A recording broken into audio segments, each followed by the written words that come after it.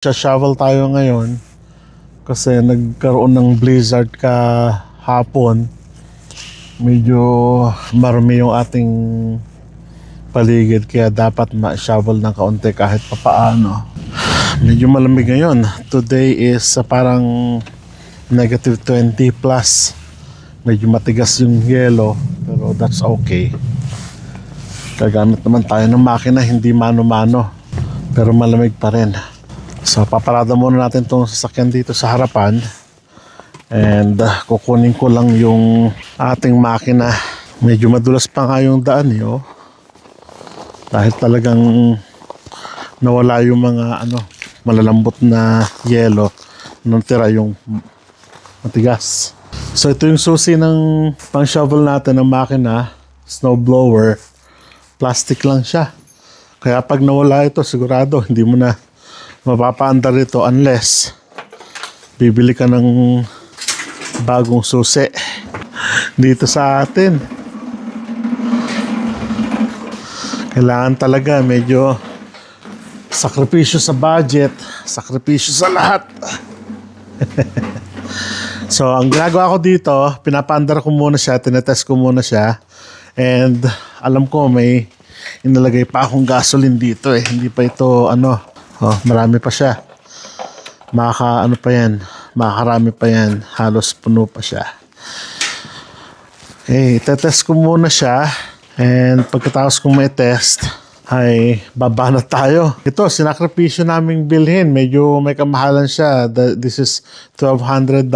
Parang ganon. At sale pa siya nung kinuha namin.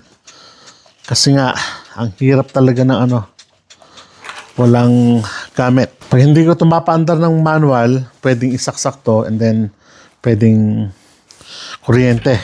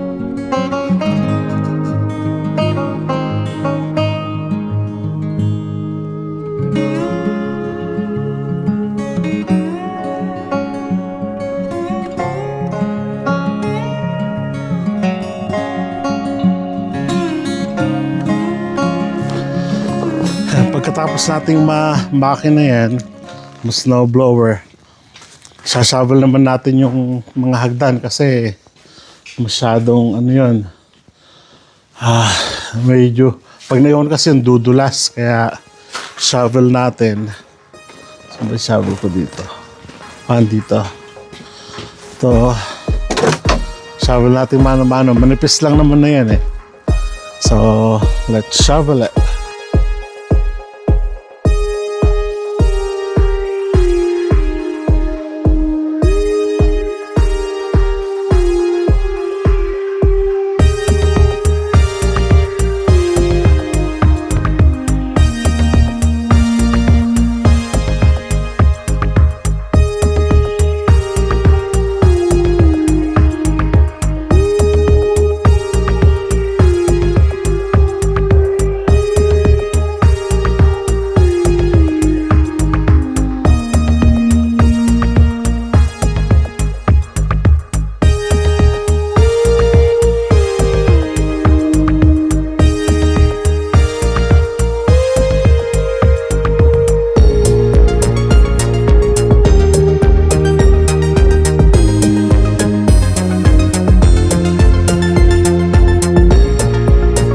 And then pag natapos nating ano yan,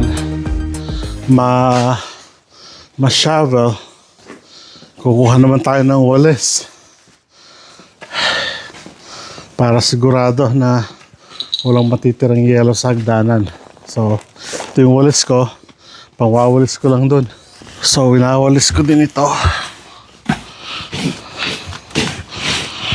kasi pag tumigas yung yelo dito,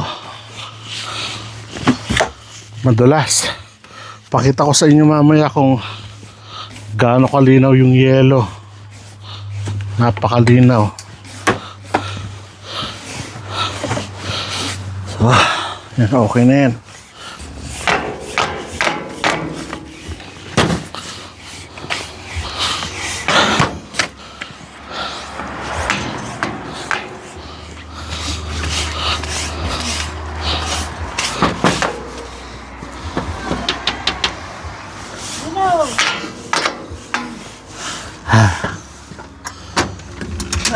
Lamig! Oh, punta ka!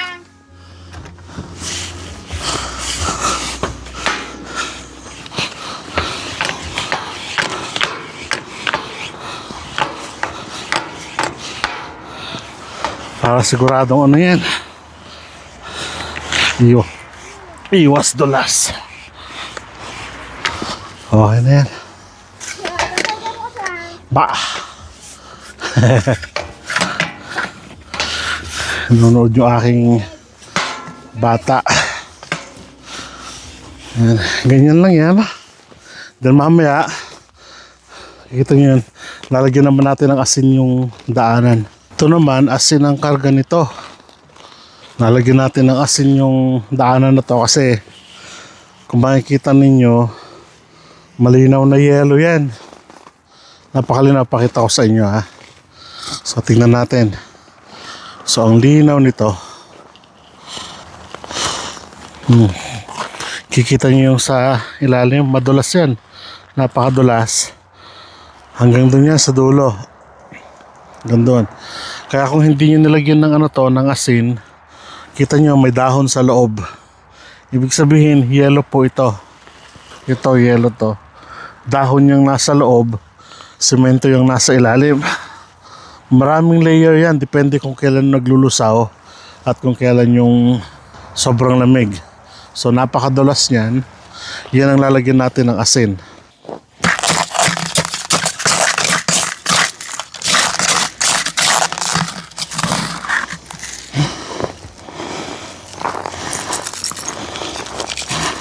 Malulusaw ito pagka nadikita na ng asin. Yan lang naman simento kasi hindi ko alam, medyo lumalim dito sa gawin na to.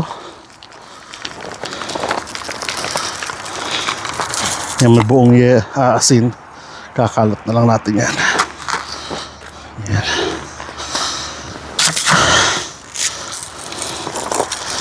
Pag-aari ko to, pag-aari namin, kaya dapat makapit yung dadaanan. Lalong-lalo na ng mga kartero kasi baka reklamo tayo pagka nadulas sila eh. Reklamo tayo sa city.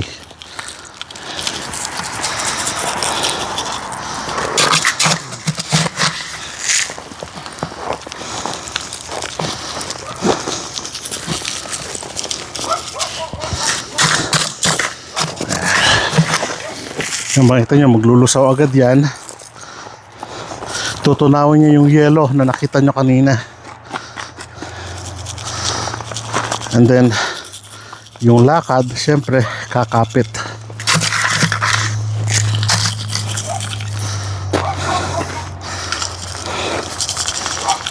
Yeah. Para iwas dulas, iwas aksidente.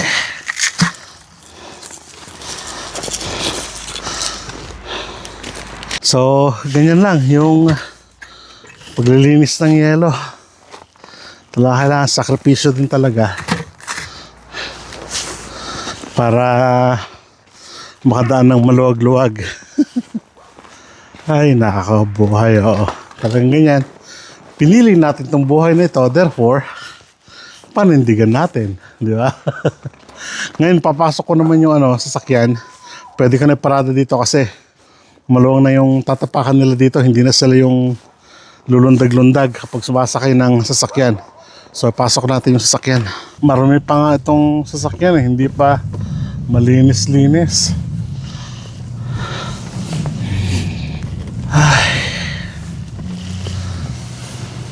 Nag-blizzard pero hindi gaanon kalakas, pero nagkalat ng yelo. Kaya kailangang tanggalin. Anyway. So, yan. Tapos na tayo sa paglilinis natin. Hinihanda ko lang to kasi mamaya lalabas kami. Papasyal namin yung aming baby para hindi laging nakakulong dyan. Oh, ayos na. Kita-kita ulit tayo sa susunod. Paalam.